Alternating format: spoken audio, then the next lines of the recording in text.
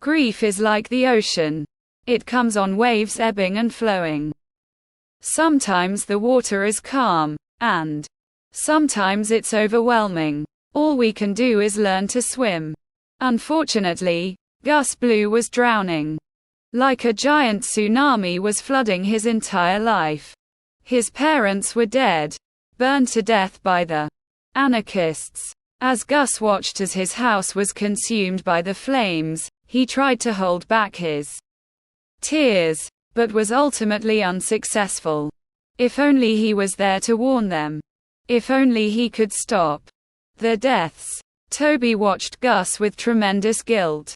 The anarchists had clearly set fire to the house because of him and his scientific knowledge. If Toby had gone anywhere else to hide out from the anarchists, Gus's parents would not have died. It was ironic that Toby was trying to save Gus's parents from Aaliyah and the Novus Ordo Seclorum by killing Shannon, but his parents ended up dying anyway by other means. Toby patted his hand on Gus's shoulder. "This is my fault. I'm sorry." Gus shook his head. "No, it's not. This was always going to happen, one way or another." Bloodshot was right when he said there was no turning back. Right? No. If we are careful, there is still hope you can live a normal life. "I'm an orphan," Gus screamed. "My normal life is over." Toby finally understood that Gus was right. Their lives would never be the same. Even so, he wanted to make sure things didn't get even worse than they already were. "At least Aaliyah can't hold the idea of my parents dying over my head to kill Shannon," Gus reasoned. "I grew up without parents. Well, without good ones. I thought I had nothing to lose. I was wrong." Toby looked Gus straight in the eyes. "With your parents dead, they'll just threaten to kill your friends, relatives, anyone and everyone you care about.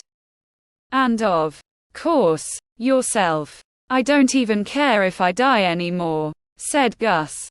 "Don't say that," said Toby. "We can get through this until the other side.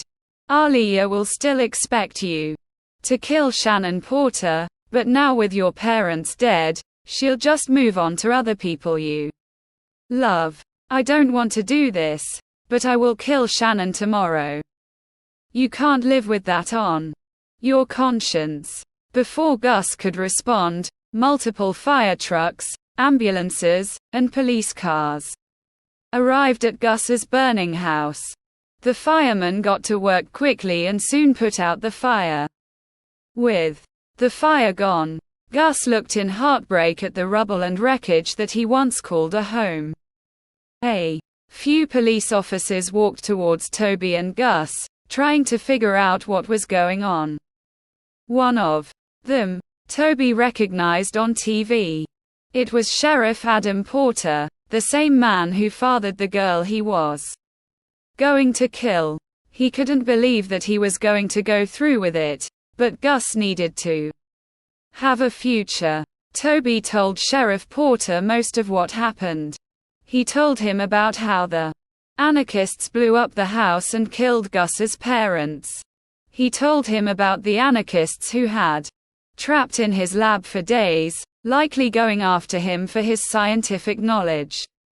The whole process took over an hour. After the sheriff was done with the report, Toby asked him a question. "I've known this kid Gus for a while.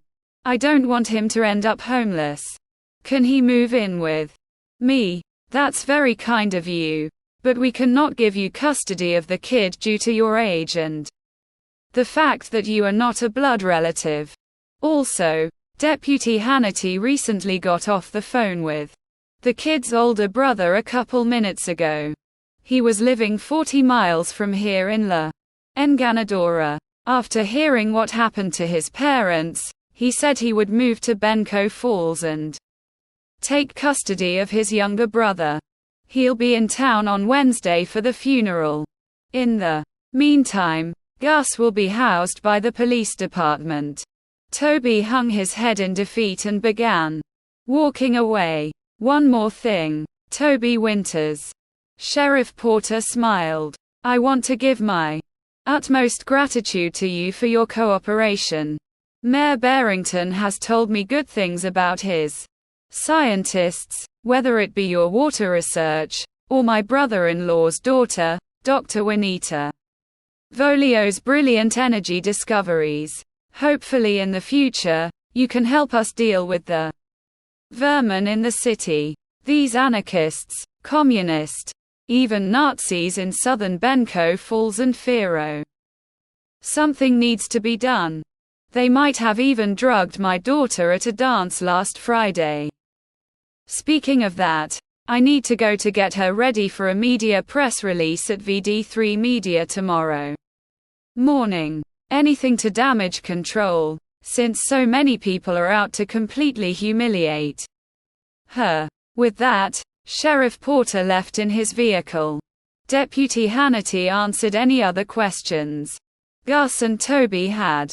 Toby stayed until 1 a.m., but had to leave when Gus was ushered off to his temporary home for a few days. The one thing that lingered on Toby's mind, though, was Shannon Porter. He had to kill her tomorrow, and her father had revealed an important part of her schedule. He looked online and found VD3 Media, and planned the murder. At 7 a.m. on Tuesday, Toby arrived at VD3 Media, which was a large skyscraper in the middle of the town. He was hooded, wearing sunglasses. He waited in the lobby patiently for the Porters to come and do the press release. By 7:33 a.m., he saw her. He recognized her by her famous blonde hair that shined.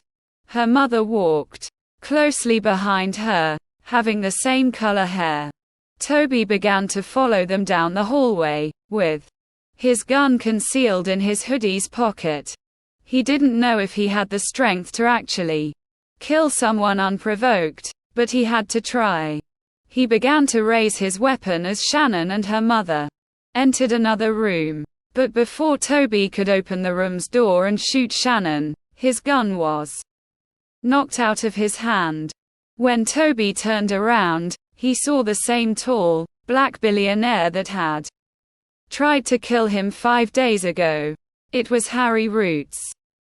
Harry smiled at Toby. I know we got off on the wrong start last time, but don't be a crybaby. I'm sorry for trying to kill you. I was just doing what I was told, but I've learned my lesson. I won't try to kill another student of Dominus. I'm not a student of Dominus, Toby protested. Dominus would disagree. You're just still in training. Whatever, Harry. I don't trust you. What are you even doing here? Asked Toby. I own VD3 Media. I know your peasant brain can't believe that, but I'm rich. I own a lot of businesses. Harry gave a condescending smirk. I'm also here to stop you from doing something dumb. What? This is none of your business. It is literally my business. I'm very excited for the Porter's little press release to backfire spectacularly. Also, as a student of Dominus, I can't let you interfere with other students, or you might end up like me. Harry pointed to the new scar across his face. Alia specifically wants Gus to kill Shannon. Why? You're too pea-brained to understand. You'll learn eventually. Either way, me, Alia, VB. We've been students of Dominus for years. We know how the show is actually run, so it might be beneficial to show some respect, said Harry. You guys are horrible, said Toby. I know you're afraid of success, being just a waggy for Mayor Georgie. But if you actually look around, you'll realize we're the ones that are right. Harry bent over to Toby's level. We're not the ones who support a corrupt mayor who was once a senator. but then had to resign when he was caught pocketing government funds.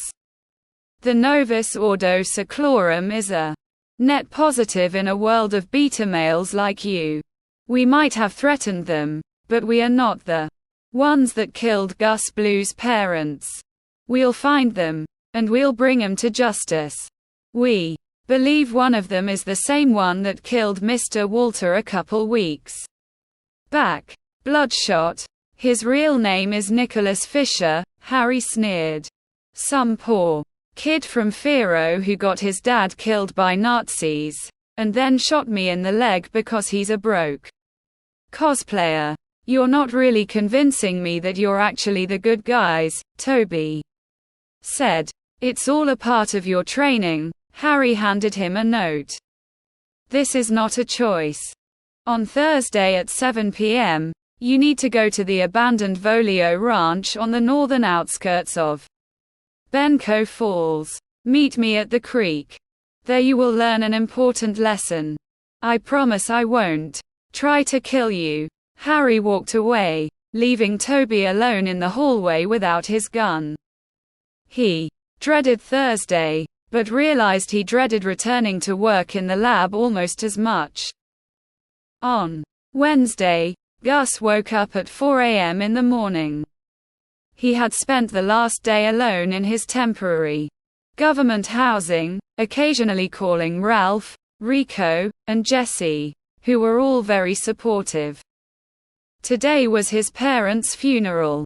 He was still grieving over the death, but now he was more numb than anything. His life had taken such a brutal turn since the beginning of April. The funeral was held early in the morning, from 6 to 7 a.m. Gus was not religious, but many of his family members were devoted Presbyterians, so the funeral was held in the Presbyterian church off of Maple Street. When he arrived at the church, he saw their caskets at the narthex. There inside the church, he talked with a few of his cousins, uncles, and distant relatives. Eventually, he made his way through the aisles to see someone he recognized. It was his older brother Vinny.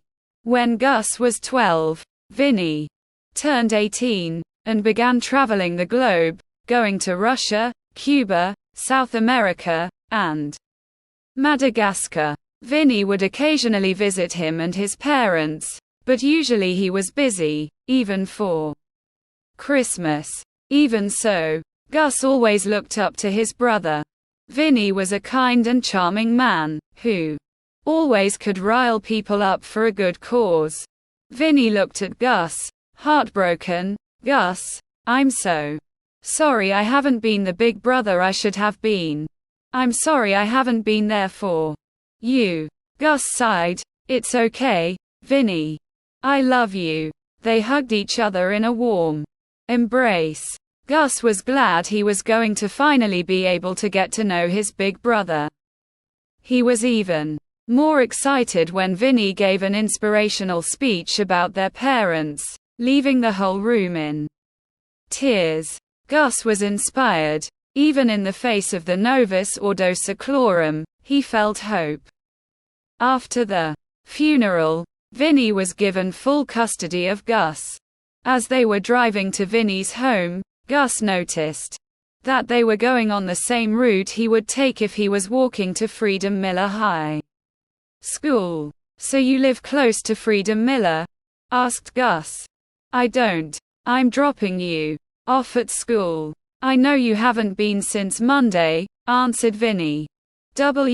What? It's hard to explain, but I don't think I should be going to school right now, said Gus. I know. Grieving is hard, but the best way to move forward is head first. I'll pick you up at 3:30, said Vinny. Gus had no choice. He got out of the car and started another school day at Freedom Miller, his least favorite place. It was no surprise to Gus that no one heard about his parents' death. The only thing anyone cared about was the dance that happened on Friday. The one good thing that came out of that dance was the fact that his bullies were now the ones who were being bullied. For example, Tony would usually spend his days bullying Gus, but now he was being ostracized.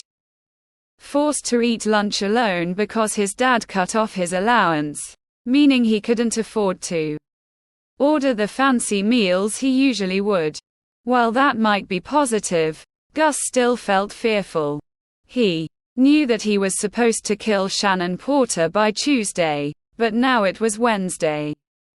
Gus hoped Toby did it, but he overheard in conversation that Shannon did a press release on Tuesday, which apparently didn't go very well.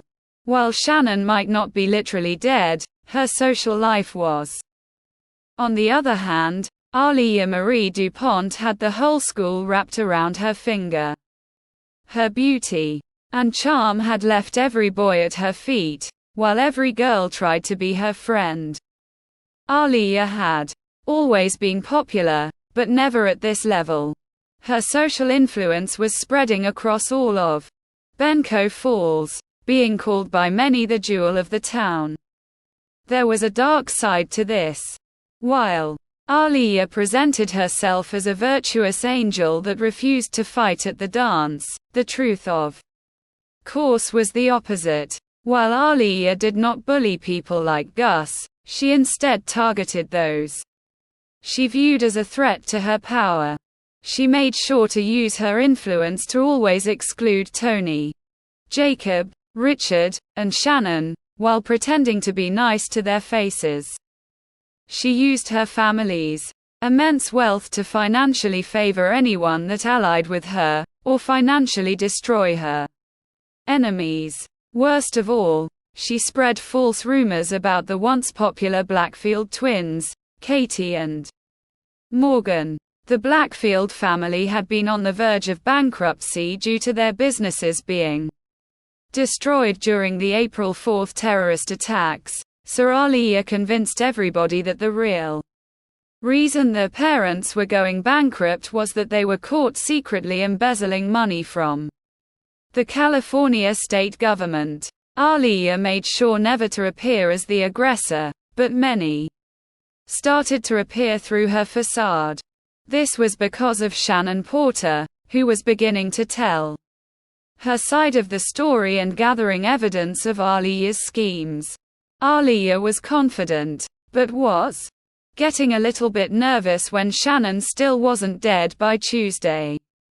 In response, she and another student of Dominus came up with a plan.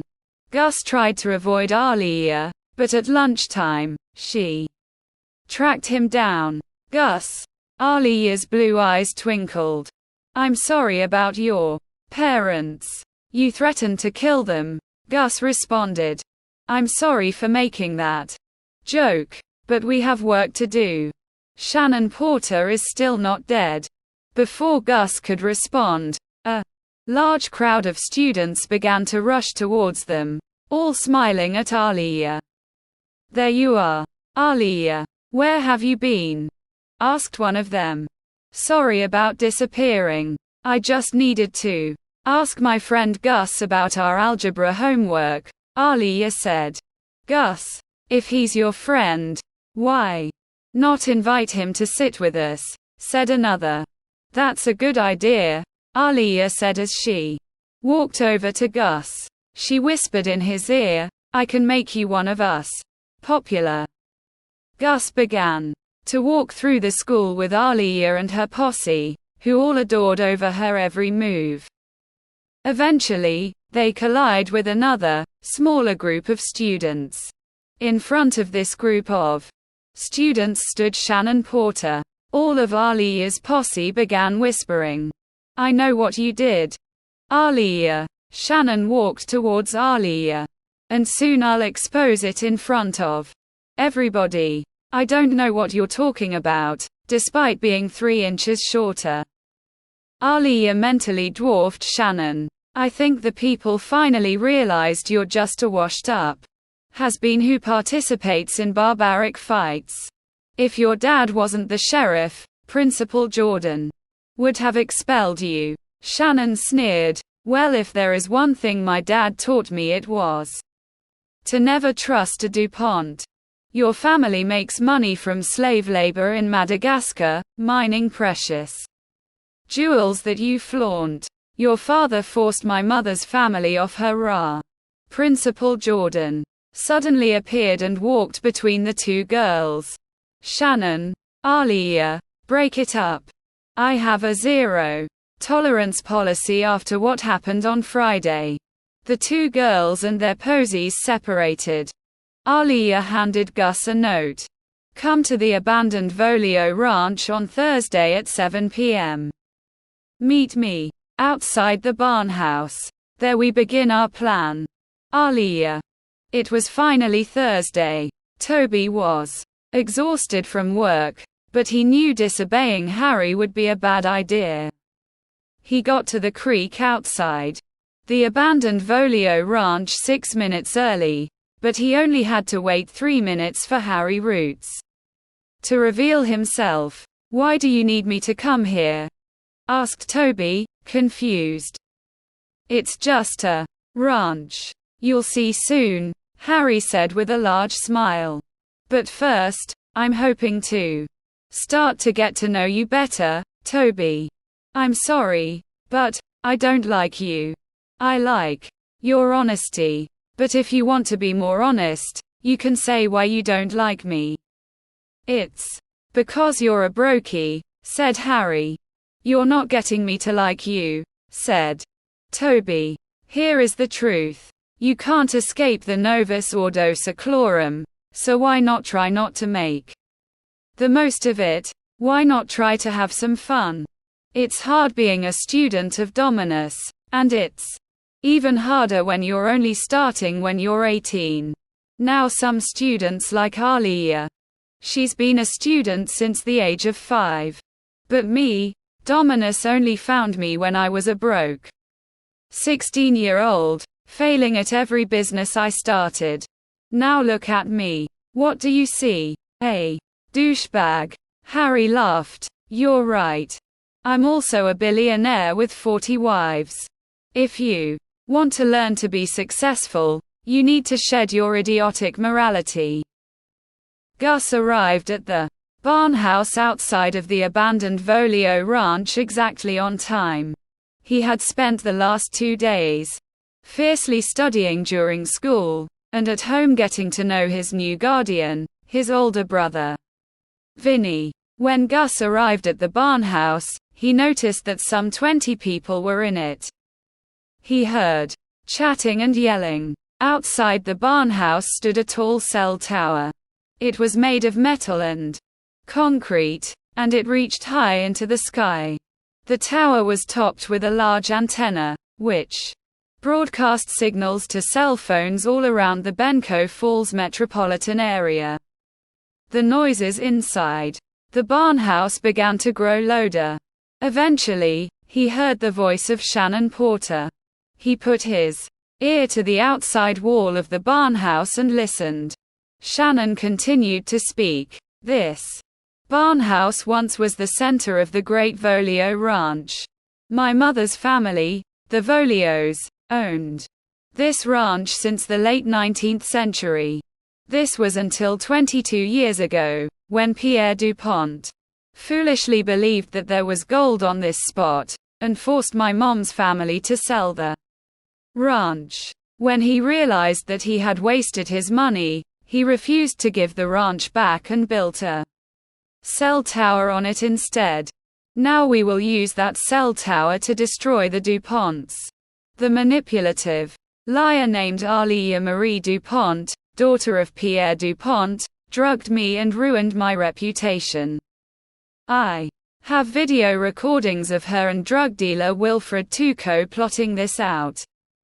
We will use the cell tower to broadcast it across all of Benco Falls, so the people truly see who she really is. The crowd cheered. Gus felt a tap on his shoulder. He turned around and he saw Aaliyah. God. She's such a bore. How can you even stand listening to her? Aaliyah rolled her eyes. Her annoying scientist cousin is just as bad, but that's a story for another time. What do you need me to do? Asked Gus. See all that gasoline? Alia pointed at a few barrels of gasoline. I need you to dump it all over the special wire that surrounds the barn house. Wait, are you gonna burn her? That's almost the same way my pa. I don't want to hear any objections, Alia smiled. You know the consequences. Gus hesitantly followed her instructions and dumped the gasoline. He was worried about what was to come. Harry put his hand on Toby's shoulder. You're going to have to be a man and accept your fate. You can make the most of it. Can you do that for me? Toby reluctantly shook Harry's hand. Fine. But if I'm going to be a student, I'm going to change things around. Here. No more terrorism. Harry laughed. That's the spirit. Terrorism is more VB's thing. But hopefully you guys can see each other eye to eye. Toby scoffed. I'm doubtful. One more thing. Toby. Harry pointed at an electrical wire on the ground. That is called a special wire. It can carry a spark for up to 100 yards. Harry handed Toby a matchstick and a match head. Light the match on the special wire, and you'll see something more beautiful than the supermodels I sleep with, said Harry. Toby lit the match. His gut told him not to, but he listened to his brain. One matchstick couldn't cause that much harm. Harry must be showing him some cheap trick. As he lit the special wire, and the spark began to quickly travel, Harry began to smile sinisterly. You see that barn house, about 90 yards away? Asked Harry. Yeah, that's where the spark is traveling. Aren't there people in there? Asked Toby. Harry laughed. That's the point. It's all about to burn. Toby began to sprint after the spark, but it was too fast. It soon arrived at the barn house, which was quickly set ablaze. The outside doors had been locked, so no one could get out. Toby could hear people screaming as they were set on fire. He was going to try to save them. He sprinted to the barn house, ignoring two people in the corner of his eye that were standing outside of it. He unlocked the door, preparing to rescue everybody. He was too late. Everyone inside was on fire. A deadly red fire that was collapsing the entire barn house. One of the figures that were burning was able to make it to the outside. It was a blonde woman. It was Shannon Porter. Toby turned around, watching Gus and Alia stare at them. While Gus looked horrified, Alia was laughing with glee. Well, Alia said. It's time for Gus to finally kill Shannon Porter. No, Toby said. Let me kill her. Didn't Harry tell you? Alia grumbled as she handed Gus a gun. That's not happening. Now Gus, shoot her. Gus hesitated. But as Shannon, who was caught ablaze and screaming, began running towards him, he finally pulled the trigger. She fell instantly, dead. Gus and Toby fell to the floor, sobbing. Harry finally got the blazing barn house. He high-fived Alia. That was great. Harry smiled. I think we outdid ourselves with that plan. We did, didn't we? Alia chuckled. The best part about it is that everyone will think Shannon committed arson and killed everybody. Ha ha ha ha. You two killed innocent people. Toby screamed. No, you two did. Who dumped the gasoline? Who lit the wire? Who pulled the trigger? Harry asked, rhetorically. Besides, they were trespassing on my father's property, said Alia. Your father stole that property. It was a sham, said Gus. It's not stealing. It's capitalism, Harry said. That's what you'll be learning next, Gus. See, Dominus is out of town for another 2 weeks. He said you would spend each week helping a different student. This past week, you've helped Miss DuPont. Now you will be helping me. It'll be fun. I'll teach you how to stop being a geek and a brokey. I'll teach you how to get hoes. Don't worry, guys, Alia said gently. The first few weeks are always going to be very hard. But now that you have gotten your hands dirty, you'll be like us in no time. The rewards are great. When you come to school tomorrow, Gus, you'll be popular. And once Barrington is gone, Toby, you'll have all the scientific freedom you could ever want. Alia and Harry began to both start chanting, Pro futuro. Quod lucidum est, totis viribus terram regibimus. Nos novus ordo seclorum. Alia and Harry walked away in unison. Toby tried to approach Gus, but Gus wouldn't speak. He was in too much shock. From losing his parents to a fire, he was now a cause of a fire. As Gus watched the barn house burn, he realized things were only gonna get worse.